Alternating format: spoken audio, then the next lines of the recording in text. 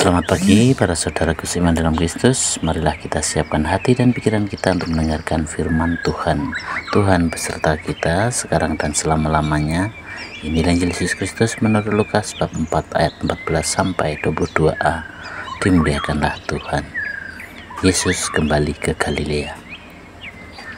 Dalam kuasa Roh kembalilah Yesus ke Galilea, dan tersiarlah kabar tentang Dia di seluruh daerah itu. Sementara itu ia mengajar di rumah-rumah ibadat di situ, dan semua orang memuji Dia. Yesus ditolak di Nazaret. Ia datang ke Nazaret, tempat ia dibesarkan, dan menurut kebiasaannya pada hari Sabat ia masuk ke rumah ibadat, lalu berdiri hendak membaca dari Alkitab. Kepadanya diberikan kitab Nabi Yesaya, dan setelah dibukanya ia menemukan nas di mana ada tertulis, Roh Tuhan ada padaku. Oleh sebab itu, Ia telah mengurapi aku untuk menyampaikan kabar baik kepada orang-orang miskin, dan Ia telah mengutus aku untuk memberitakan pembebasan kepada orang-orang tawanan dan penglihatan bagi orang-orang buta, untuk membebaskan orang-orang yang tertindas, untuk memberitakan tahun rahmat Tuhan telah datang. Kemudian ia menutup kitab itu, memberikannya kembali kepada pejabat, lalu duduk, dan mata semua orang dalam rumah ibadat itu tertuju kepadanya. Lalu ia memulai mengajar mereka, katanya, pada hari ini genaplah nas itu. Nas ini sewaktu kamu mendengarnya. Dan semua orang itu membenarkan Dia, dan mereka heran akan kata-kata yang indah yang diucapkannya. Lalu kata mereka, bukankah Ia ini anak Yusuf? Demikianlah sabda Tuhan, terpujilah Kristus. Selamat pagi para saudaraku seiman dalam Kristus. Coba bayangkan situasi saat ini. Orang-orang yang mendengar Yesus adalah tetangga, teman masa kecilnya, bahkan mungkin sanak keluarganya.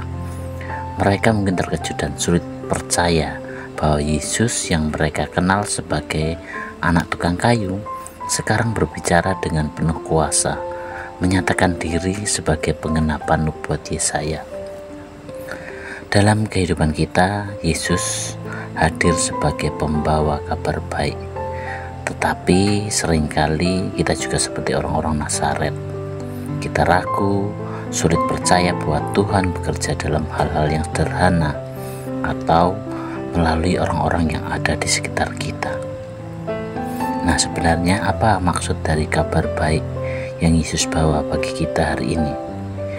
Yang pertama adalah untuk yang merasa miskin atau kekurangan. Kabar baik itu adalah harapan bahwa Tuhan peduli dan mengasihi kita apa adanya, bukan karena apa yang kita miliki. Yang kedua adalah untuk yang merasa terikat oleh dosa atau masalah. Tuhan datang untuk memerdekakan dan memberikan kebebasan sejati melalui pengampunan dan kasih-Nya. Yang ketiga adalah untuk yang terluka hati atau patah semangat. Saudaraku seiman dalam Kristus, Tuhan datang untuk menyembuhkan dan memulihkan, memberikan kekuatan yang baru untuk melanjutkan hidup. Yang keempat adalah untuk yang merasa tertindas atau sendirian. Tuhan hadir untuk mengangkat beban kita dan berjalan bersama kita. Kabar baik yang Yesus bawa adalah kabar tentang kasih Allah yang tidak ada batasnya. Ia ingin kita semua menyadari bahwa kita berharga di mata Tuhan. Tetapi kabar baik ini juga mengajak kita untuk bertindak sesuai dengan Yesus, yang Yesus inginkan kepada kita untuk menjadi pembawa kabar baik bagi sesama. Saudaraku seiman dalam Kristus, marilah kita berefleksi secara pribadi. Apakah kita benar-benar percaya bahwa Yesus hadir dalam hidupku dan membawa kabar baik untuk diriku, untuk sesamaku? Bagaimana aku bisa menjadi pembawa kabar baik bagi orang di sekitarku hari ini? Saudaraku seiman yang terkasih, ini semua mempunyai tantangan, Untuk itu, carilah satu orang yang membutuhkan semangat atau harapan. Berikan mereka kabar baik, baik melalui kata-kata yang menghibur, tindakan kasih, atau doa sederhana. Ingatlah bahwa kita dipanggil untuk melanjutkan misi Yesus di dunia ini. Marilah kita berdoa dalam nama Bapa dan Putra dan Roh Kudus. Amin. Tuhan Yesus, terima kasih atas kabar baik yang Engkau bawa kepada kami di dunia ini. Ajari kami untuk percaya kepadamu bahkan ketika kami ragu. Bantu kami menjadi pembawa kabar baik bagi sesama, khususnya mereka yang sedang lemah, terluka, atau tertindas. Jadikan kami alat kasih-Mu dan damai-Mu. Amin.